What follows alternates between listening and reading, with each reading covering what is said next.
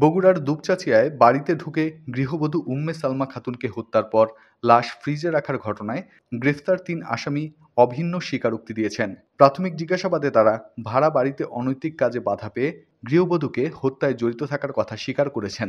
তাদের মধ্যে একজন মুসলিম উদ্দিন আদালতে জবানবন্দি দিয়েছেন। ১৭ই নভেম্বর রোববার বিকেলে অপর দুইজন ভাড়াটিয়া মাবিয়া সুলতানা হাসি ও সুমন রবি দাসের স্বীকারোক্তি রেকর্ড করার জন্য আদালতে নেওয়া হয়েছে। এদিকে র্যাব দাবি করেছিল তাদের হেফাজতে নিহতের ছেলে সাদ বিন আজিজুর মাকে হত্যার কথা স্বীকার করেছে। তবে পুলিশ বলছে তাদের স্বীকারোক্তিতে তিনি এমন কোনো কিছুই বলেনি। পরে পুলিশ হত্যায় জড়িত থাকায় ৩ জনকে গ্রেফতার করে। এসব তথ্য দিয়েছে দুপচাঁচিয়া থানার ইন্সপেক্টর নাসিরুল ইসলাম ও তদন্তকারী কর্মকর্তা এসআই সুব্রত সিং। পুলিশ ও এজাহার সূত্রে জানা যায়, গত ১০ নভেম্বর দুপুরে বগুড়ার দুপচাঁচিয়া উপজেলার সদরের জয়পুর পাড়ায় ৪ তলা আজিজিয়া ভবনের ৩য় তলার বাড়ির ডিপ ফ্রিজ থেকে গৃহবধূ উম্মে সালমা খাতুনকে হাত পা বাঁধা লাশ উদ্ধার করা হয়। তিনি স্থানীয় দারুস সুন্নাহ ফাজিল মাদ্রাসার উপাধ্যক্ষ মাওলানা আজিজুর রহমানের স্ত্রী। তাকে হত্যায় জড়িত সন্দেহে র্যাব ১২ বগুড়া কোম্পানির চৌকস দল পরদিন মধ্যরাতে কাহালুর আরোবাড়ি গ্রামের দাদার বাড়ি থেকে ছোট ছেলে ওই মাদ্রাসার আলিম ২য় বর্ষের ছাত্র সাদ বিন আজিজুর রহমানকে গ্রেফতার করেন। পরদিন এক প্রেস ব্রিফিংয়ে র্যাব কমান্ডার মেজর এহতেশামুল হক খান দাবি করেন, অনলাইন জুয়ারি এক নারীর সঙ্গে প্রেমে জড়িত সাদ টাকা নিয়ে বিরোধে তার মাকে শ্বাসরোধ করে হত্যা করে ফ্রিজে লাশ গুম করেন। সাদের স্বীকারোক্তি নিয়ে শুধু বগুড়ায় নয়, সারা দেশে ব্যাপক আলোচনা সমালোচনা শুরু হয়।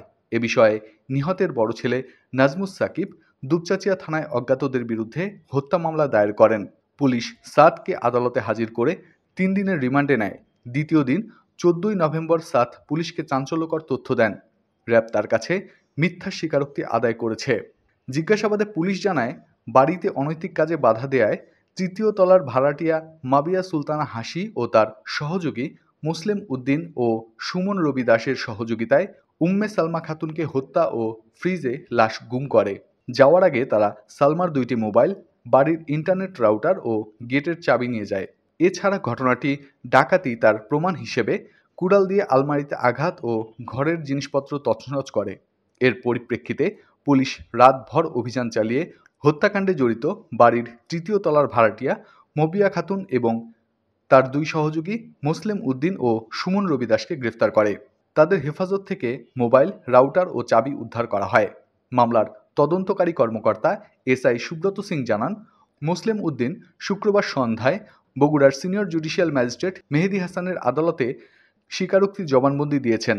এছাড়া অপর ২ জন স্বীকারোক্তি না দেওয়ায় আদালত তাদের ২ দিনের রিমান্ড মঞ্জুর করেন। দুপচাঁচিয়া থানার ইন্সপেক্টর নাসিরুল ইসলাম জানান, তাদের জিজ্ঞাসাবাদে মুসলিম উদ্দিন, মাবিয়া সুলতানা হাসি ও সুমন রবি দাস হত্যাকাণ্ডের বিষয়ে অভিন্ন তথ্য দিয়েছেন। রিমান্ডের দ্বিতীয় দিনে হাসি ও সুমন স্বীকারোক্তি দিতে রাজি হলে রোববার বিকেলে তাদের আদালতে হাজির করা হয়। মুসলিমের মতো তারাও আদালতে একই স্বীকারোক্তিমূলক জবানবন্দি দেবেন। বর্তমানে নিহতের ছেলে সাদ ও মুসলিম বগুড়া জেলা কারাগারে রয়েছেন। এদিকে গত শনিবার ঢাকায় এক প্রেস ব্রিফিংয়ে র্যাবের আইন ও গণমাধ্যম শাখার পরিচালক লেফটেন্যান্ট কর্নেল মুমিন ফেরদৌস বলেছেন, বগুড়ায় ছেলের দেয়া জবানবন্দির ভিত্তিতে আমরা কাজ করছি। তার স্বীকারোক্তির ভিডিও ফুটেজ আমাদের কাছে আছে। তার স্বীকারোক্তি দেওয়ার সময় আশেপাশে আত্মীয় স্বজন ছিলেন। এরপরও তদন্তের স্বার্থে ঘটনার ভিন্নতা থাকতে পারে। র্যাবের কোনো সদস্যের বিরুদ্ধে অভিযোগ বা গাফিলতি পাওয়া গেলে আমরা অবশ্যই তদন্ত সাপেক্ষে তার বিরুদ্ধে ব্যবস্থা নেব। পূর্ণাঙ্গ তদন্ত ছাড়াই ছেলেকে মায়ের খুনি বলা যৌক্তিক কিনা তার উত্তরে তিনি বলেন, তার দেয়া তথ্য মতে তাকে সঙ্গে নিয়েই আমরা আলামত উদ্ধার করেছি। সেটির ভিত্তিতে আমরা আগেই জানিয়েছিলাম। র্যাব ১২ বগুড়া কোম্পানির একটি সূত্র জানায়, সাদের স্বীকারোক্তি আদায় নিয়ে বিভ্রান্ত সৃষ্টি হওয়ায় এক কর্মকর্তাকে প্রত্যাহার করা হয়েছে। এরকম আরও অনেক ভিডিও পেতে নিউজ এক্সপোজার টিভির সাথেই থাকুন। চ্যানেলটি সাবস্ক্রাইব করুন এবং সাথে বেল আইকনটি বাজিয়ে দিন। আসসালামু আলাইকুম।